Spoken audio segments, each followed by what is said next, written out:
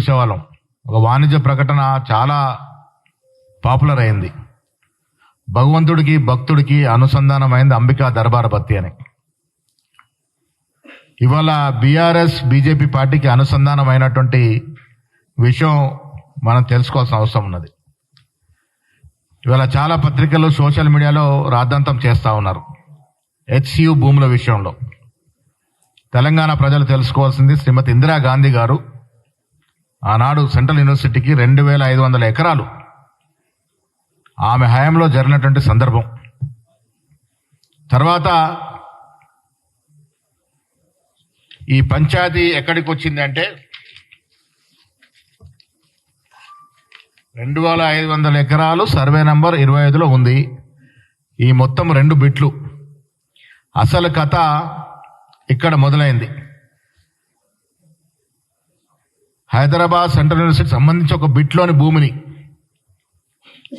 IMG Bharat అనే సంస్థకి 20 సంవత్సరాల క్రితం, అంటే నేను అనుకోవడం చంద్రబాబు గారి హయాంలో ప్రభుత్వం కేటాయించింది. దేంట్లో నుంచి కేటాయించింది? హెచ్యుకి సంబంధించినటువంటి 2500 ఎకరాల నుంచే కేటాయించింది. ఆ తర్వాత 2005-06లో అప్పటి కాంగ్రెస్ ప్రభుత్వం, రాజశేఖర రెడ్డి గారి ప్రభుత్వం ఈ కేటాయింపు రద్దు చేసింది. దీనిపై అప్పటి నుంచి కోర్టులో వివాదం నడుస్తూ ఉంది. ఈ స్టోరీని కాసేపు పక్కన పెడితే మనం తెలుసుకోవాల్సిన విషయం, ఇలా గోరంత కొండంతలుగా గొగ్గోలు పడుతున్న కేటీఆర్ నిర్వాకం ఈ విషయంలో తెలుసుకోవాల్సిన అవసరం ఉన్నది. చాలా చక్కటి కథలు అల్లుతా ఉన్నాడు.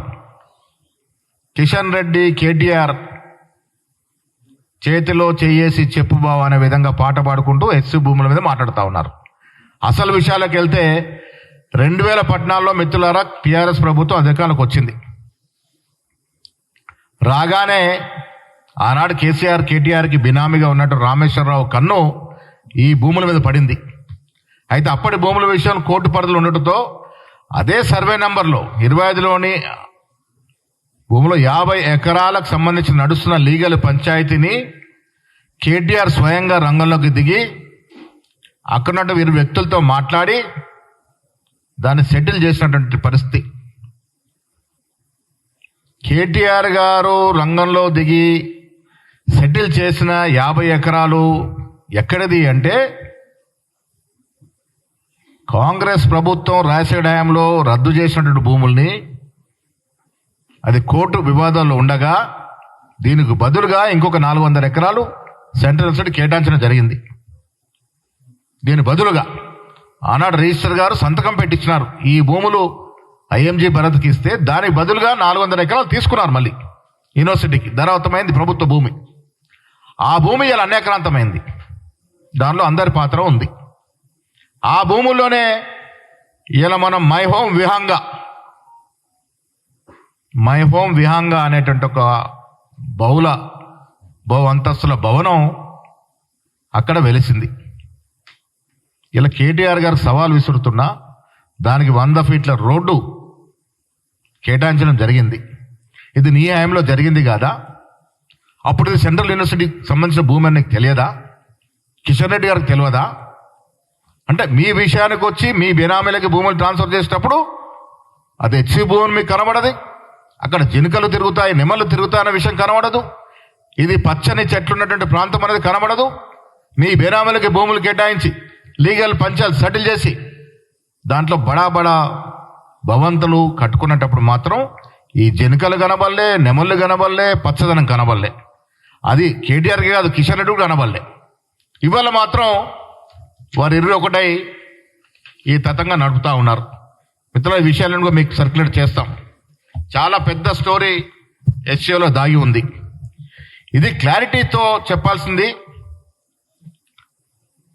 25 సర్వే నంబర్లో 530 ఎకరాల 28 గుంటల భూమిని హెచ్సియు షేర్లింగపల్లి మండల కార్యాలయం స్వాధీనం చేసుకుంది. ఎప్పుడు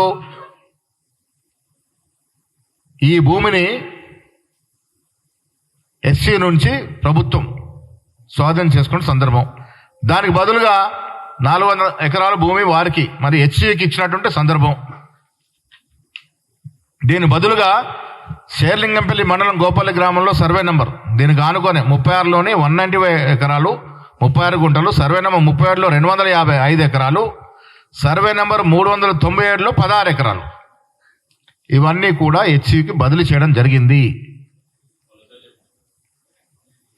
దీనికి ఈ ఏదైతే గవర్నమెంట్కి భూమి తీసుకుందో హెచ్సి నుండి ఎంత భూమి తీసుకున్నారు?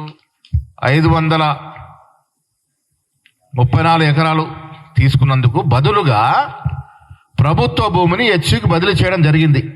ఎక్కడెక్కడ బదిలీ చేశారు? అది గోపన్నపల్లి, శేర్లింగంపల్లి గోపన్నపల్లి గ్రామంలో సర్వే నెంబర్ 36లో 191 ఎకర్స్ 36 గుంటాస్, సర్వే నెంబర్ 37లో 205 ఎకరాల 20 గుంటలు, మొత్తం 397 ఎకరాల 16 గుంటల భూమిని అదే రోజు యూనివర్సిటీకి బదిలీ చేయడం జరిగింది. దీనికి కూడా అప్పటి registrar why Narasimhulu, Serilingampally revenue అధికారి సంతకాలు చేశారు. ఇది బయట పెట్టకుండా ఇవాళ ఏదో ప్రభుత్వం స్వాధీనం చేసుకోవాలనుకున్నటువంటి భూమిని ఐఎంజీ భరత్కి ఇచ్చిన భూమి కోర్టులో కొట్లాడింది ఎవరండి? ఆనాడు చంద్రబాబు నాయుడు ప్రభుత్వం భూమి కేటాయిస్తే దాని మీద కోర్టు కేసు వేసింది ఎవరు? రాజశేఖర రెడ్డి గారు, కాంగ్రెస్ ప్రభుత్వం. ఇవాళ స్వాధీనం చేసుకుంటుంది ఎవరు? కాంగ్రెస్ ప్రభుత్వం, రేవంత్ రెడ్డి గారి ప్రభుత్వం. దీంట్లో మసివూసి మారడికాయ చేసే విధంగా విద్యార్థులను రెచ్చగొడుతూ వారికి సదుపాయాలు కలగజేస్తూ రాజకీయ లబ్ధి పొందే ప్రయత్నం కేటీఆర్ చేస్తూ ఉన్నాడు. దీనికి కిషన్ రెడ్డి గారు వత్తాసు పలుకుతా ఉన్నాడు. అసలు ఈ భూమి ఇచ్చిన ఘనత ఇందిరాగాంధీ గారిది. చంద్రబాబు నాయుడు బదలాయింపు చేస్తే మళ్ళీ వెనక్కి తీసుకొచ్చిన ఘనత రాజశేఖర రెడ్డి గారిది. ఇవాళ ఆ భూమిని కోర్టు నుంచి మళ్ళీ ప్రభుత్వం అదుపు తీసుకున్న ఘనత కాంగ్రెస్ ప్రభుత్వం, రేవంత్ రెడ్డి గారి ప్రభుత్వానికి.